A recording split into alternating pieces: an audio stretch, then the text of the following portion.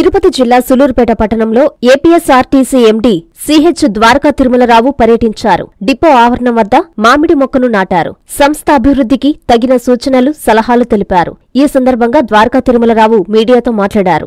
నూతనంగా ప్రైవేటు సంస్థ బస్సులకు దీటుగా ఏపీఎస్ఆర్టీసీ 1500 డీజిల్ బస్సులు కొనుగోలు చేశామన్నారు. త్వరలో 1000 ఎలక్ట్రిక్ ఆర్టీసీ బస్సులు రోడ్డుపైకి వస్తాయని తెలిపారు. ప్రమాద బీమా 40 లక్షల నుంచి 1,10,00,000 రూపాయలకు ఎస్బీఐ ద్వారా పెంచామని చెప్పారు. అలాగే 2 తెలుగు రాష్ట్రాలలో ఈపీఎస్ 95 స్కీంలో పెన్షన్ను 5 రెట్లు పెంచామని తెలియజేశారు. ఉద్యోగుల సంక్షేమానికి కావలసినటువంటి అన్ని చర్యలు తీసుకుంటున్నామన్నారు. ప్రయాణికులకు నమ్మకమైన రవాణా సౌకర్యాన్ని అందించామని చెప్పారు. కార్గో డెలివరీ సౌకర్యాన్ని గురించి ప్రజలందరూ సద్వినియోగం చేసుకోవాలన్నారు. ఈ కార్యక్రమంలో executive director K Brahmananda Reddy, Tirupati RMT Chengal Reddy, deputy CTM Bhaskar Reddy, in charge deputy CME Balaji, Sullurpeta DM తదితరులు పాల్గొన్నారు. ఈరోజు తిరుపతి జిల్లా 2 డిపోలు సందర్శించాలని చెప్పి రావడం జరిగింది. ముందుగా గూడూరు వెళ్లి అక్కడ డిపోని, బస్ స్టేషన్ ని పరిశీలించడం, ఇప్పుడే సులూరుపేట బస్ స్టేషన్ చూసి ఇప్పుడు డిపోకి రావడం జరిగింది. ఇక్కడ మా ఉద్యోగస్తులతో కూడా వారి బాగోగుల గురించి మాట్లాడటం, తర్వాత సంస్థకు సంబంధించినటువంటి కొన్ని దిశానిర్దేశం చేయాలని ఉద్దేశంతో ఇక్కడ రావడం జరిగింది. ఇది ఒక విధంగా మాకు సులూరుపేట అనేది మాకున్న 129 డిపోల్లో ఇది కొంచెం చిన్న డిపో కింద చెప్పుకోవాలి. ఎందుకంటే మొత్తం ఇక్కడ 40 షెడ్యూల్స్ మాత్రమే రన్ అవుతాయి. అయితే ఇది చెన్నై రూట్లో ఉండటం వల్ల దీని ప్రత్యేకత చాలా ఉన్నది. ముఖ్యంగా లాంగ్ డిస్టెన్స్ బస్సులు టచ్ చేసి వెళ్తూ ఉంటాయి. ఇక్కడ నుంచి వెళ్ళే బస్సులు కొన్ని ప్రత్యేకంగా ఉంటాయి. మేము ప్రత్యేకంగా ఇప్పుడు ఆలోచిస్తున్న విషయం ఏంటంటే, ఈ మధ్యనే చేసినటువంటి పూర్తయినటువంటి దసరా సందర్భంగా మేము మంచి ఇంతకుముందు అదనపు ఛార్జీలు తీసేయటం, దాంతోపాటు రిటర్న్ జర్నీ టికెట్లో 2 వైపులా కూడా 10% రాయితీ కల్పించడం, దానివల్ల మాకు మంచి ఆదాయం వచ్చింది. ఆక్యుపెన్సీ బాగా పెరిగింది. బస్సులు, ఆ బస్సుల్ని ప్రజలు బాగా ఆదరించారు. ప్రైవేట్ బస్సుల కన్నా, మిగతా ఆర్టీసీ కన్నా కూడా ప్రత్యేకంగా మా బస్సులు అన్ని చోట్ల నుంచి కూడా, బయట రాష్ట్రాల నుంచి అయితేనేమి, ఆంధ్రప్రదేశ్ రాష్ట్రాల్లో కూడాను వివిధ ప్రాంతాల నుంచి వారి స్వస్థలాలకు వెళ్ళటం, మళ్ళీ తిరిగి వెళ్ళటం అంతా కూడా మా బస్సును ఎక్కువ ఆదరించారు. దాంతో మాకు మంచి ఆదాయం ఈ సంవత్సరం రావడం జరిగింది.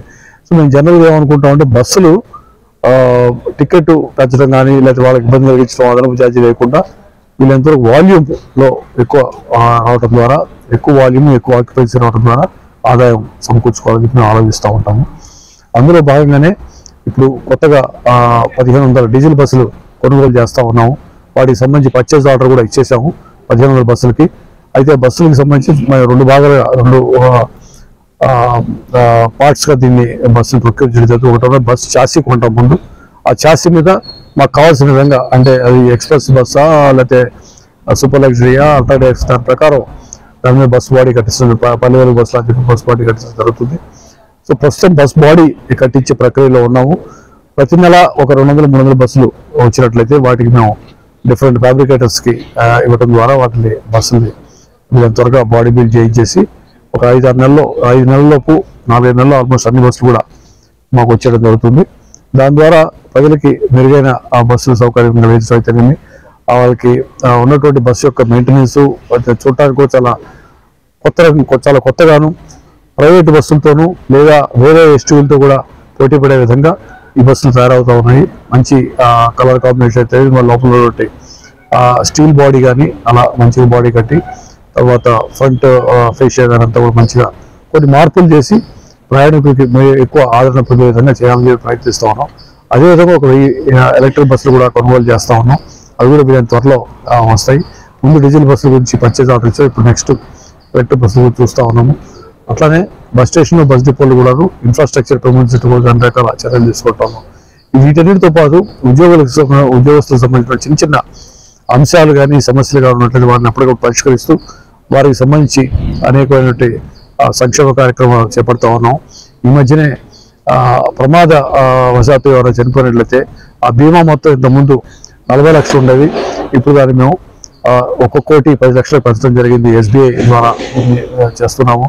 అదేవిధంగా వీరికి ఇంతకుముందు ఉన్నటువంటి ఈపీఎస్ 95 అనే ఒక స్కీమ్ ఉంది మాకు.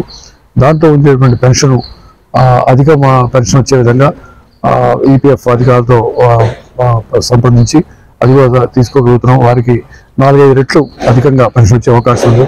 అది టీఎస్ఆర్టీసీకి కానీ అదేవిధంగా రాష్ట్రంలో ఉన్న కొన్ని సంస్థలకు కూడా అలాంటి విధంగా మనకు మాత్రం 10,000 మంది పైగా ఇప్పటికి ఆల్రెడీ ఆఫర్ ఆర్డర్స్ వచ్చినాయి. దాని ప్రకారం వాళ్ళు హైయర్ పెన్షన్ సంబంధించినట్టు మొత్తం చెల్లించినట్లయితే వారికి హైయర్ పెన్షన్ వచ్చే అవకాశం ఉంది. అన్ని విధాలా వారికి ఉన్నటువంటి చిన్న చిన్న సమస్యలు ఉంటే అన్ని కూడా సాల్వ్ చేయడానికి ప్రయత్నిస్తూ ఉన్నాం.